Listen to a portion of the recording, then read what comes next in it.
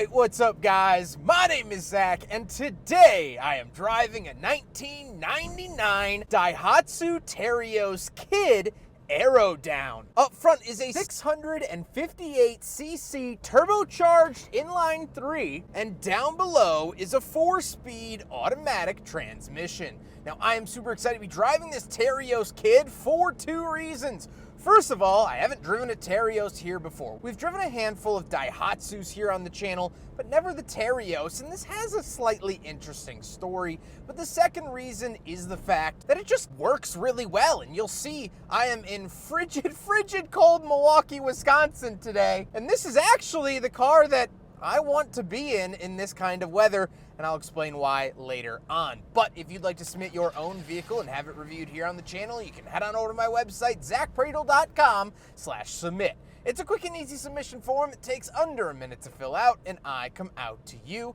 And if you'd like to see all my videos weeks or sometimes months in advance, you can head on over to my Patreon for only $5 a month. And of course, huge thank you to Tiki Bunny Imports for allowing me to do this video. More on them towards the end, but if you'd like to check them out, their Instagram is linked down below. But let's get back to that turbocharged inline 3. Well, per the K-car requirements, this is limited to 660 cc's. Now it comes a few cc's short of that, but it has a turbo. They sold high pressure turbo, low pressure turbo vehicles. I'm not totally sure which one this is, but it makes between 59 and 63 horsepower. So honestly, the power numbers are pretty negligible between high and low pressure turbos. What you need to know is that it is a little 3-cylinder that tries its absolute best. And that's all I can ask for from it. It's a K car, and I love that. Like I said, paired to it is a 4-speed automatic transmission. Honestly, not too crazy here. It's not a bad transmission. It's been shifting and whatnot. This isn't really like a true enthusiast vehicle, so I'm not too worried about having fun in the corners, but it's still a relatively decent drive. Last but not least, this is 4-wheel drive. And we'll talk about how to select that a little bit later on, but it does have a center locking differential, which makes it quite the little beast, especially here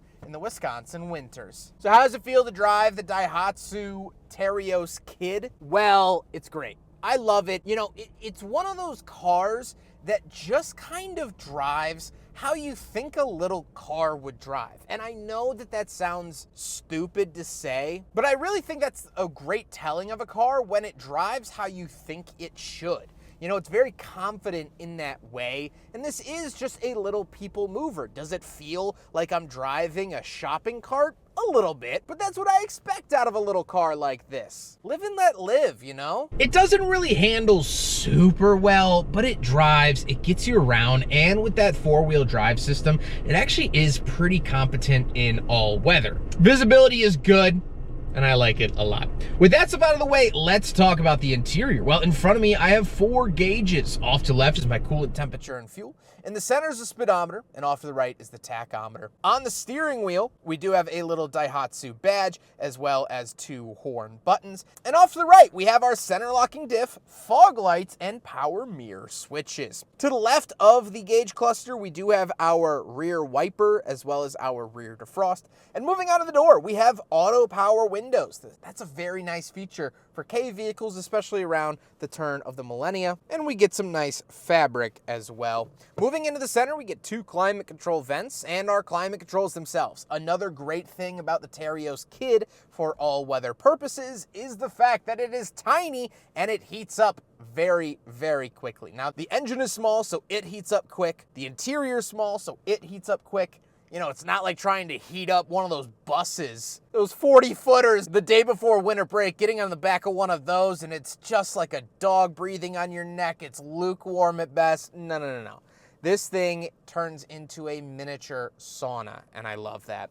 Down below, we do have pop-out cup holders. We'll do a big friggin' bottle test, and it fails like every K and JDM vehicle ever has.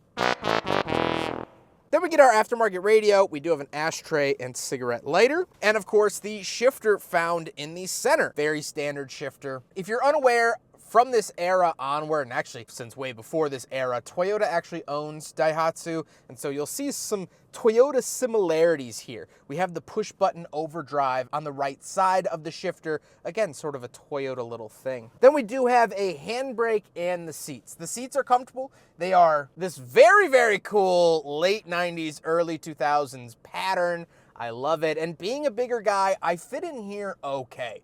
The shoulders, the elbows really is where I come into issues with K cars. My elbows tend to either hit my passenger or hit the door around me. It's one of the downsides of owning a physically small vehicle. However, it's not the end of the world. I drive these happily. I want to own one of these at some point, and so it is what it is. However, speaking of seats, we do have back seats, so let's go do a back seat review. All right, getting in the back of the Terios Kid. And there you go. I'm 5'11", not a small guy, and my knees are not hitting the seat in front of me. Now, this is the driving position.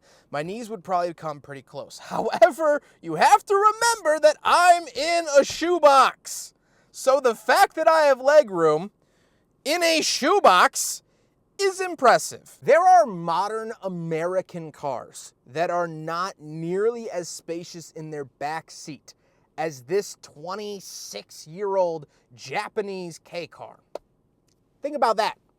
That is pretty crazy. And we have okay amenities. I have a seat back pocket here. I have power windows. Look at that. Ooh, not the fastest things in the world. I have a grab handle. Grab handle over here to really get that harsh terrain stability. We have some carpeting down here that's also a very fun pattern. So, very, very cool. Overall, this is not a bad place to be. And as we'll talk about later, this car kind of has everything you need and nothing that you don't. So if you have to carry 4 people, you could do that here in the Daihatsu Terios Kid. Very interesting.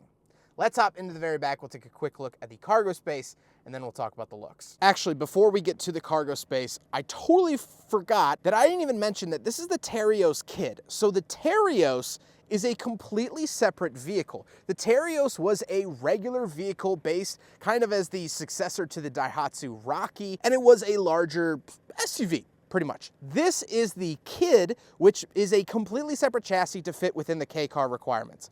My apologies, I forgot to mention that the regular Terios is a separate vehicle. Anyway, coming around here, we do have a handle and a big swing door, really reminiscent of the first generation RAV4, which makes sense, owned by Toyota, built in the same era. This is a very similar door to that. Once we are back here, not a whole lot of cargo space. We do get a little light.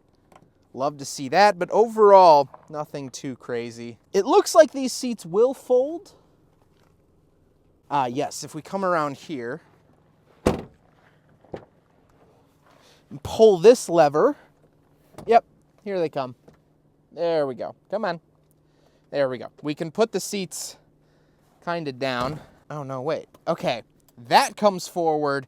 Then you pull this, take the headrests out, which I can't do one-handed, and then they'll fold flat. Gotcha. Okay, that's how that works. So, if you've ever wondered how to fold down the back seats of a Daihatsu Terios Kid Aerodown, there you go.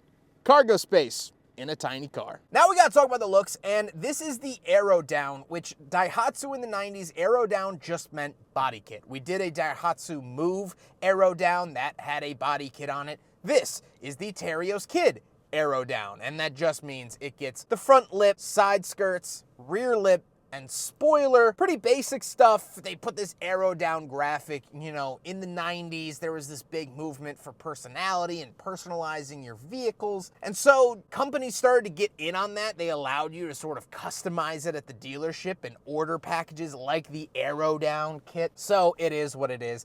I love it. I think it's charming, and it is kind of interesting to see more K vehicles with this modern-ish look. The headlights look a lot more modern than a lot of the K cars that we've driven here on the channel. The overall shape of it, the curve of it, and in the late 90s, they actually removed the height restriction for K cars. It used to have to be a certain length, width, and height. They took that away. And so you start to actually get a lot more cabin space in the later 90s K cars. So if you are looking at importing one or buying one, you're probably going to be a little bit more comfortable in a later model vehicle than an earlier one. Just something to keep in the back of your mind. With all of that being said, let's get on to my final thoughts. What do I think driving the Daihatsu Terios Kid Aerodown? What an odd name here in America. Well, that's a big point. This car is here in America. I'm in America. I am in Wisconsin. And it is winter. It's very cold.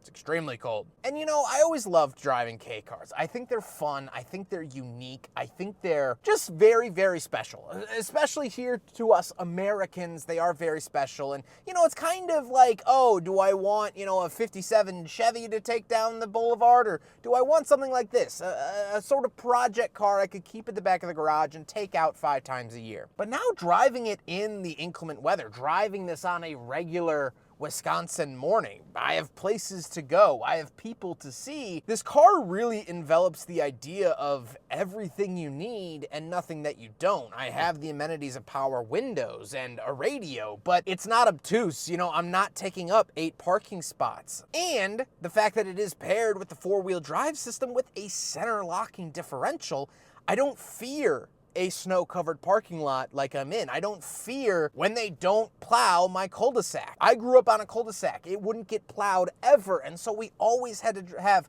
4-wheel drive or all-wheel drive vehicles because heaven forbid we had to go to the hospital, or heaven forbid grandma fell, or heaven forbid we needed something, we had to be able to get out. I would trust this vehicle to be able to get out of those situations. I would trust this vehicle to get me through the bad weather. Now, on the other side of the coin, is this the car I want to be in when the minivan behind me loses traction on black ice? Not really. But for what I need just to get around town, it's a very, very solid car. And I just haven't driven a K car in this environment. And so, consider me turned. K cars are great. There is a safety concern, for sure. That's really the only mark against the Terios Kid as a daily driver. I hope you guys enjoyed the video. Huge thank you to Tiki Bunny Imports here in Wisconsin for letting me borrow their Daihatsu Terios Kid Aerodown. They're always wonderful to work with. Please, please, please go check out their Instagram. They're always posting what they're importing, or if you are looking for a specific car, you email them or message them and say, hey, I want an Altezza RS200. They'll go out and find it for you in Japan. They'll work with you through the whole process and they'll get it to your door. So that is very, very awesome. I cannot recommend Tiki Bunny Imports enough. I've reviewed several of their imports over the last year or so, and it's always a good time. But I hope you guys enjoyed the video. Don't forget to rate the video, comment on the video, and subscribe if you really liked it. Take care, guys.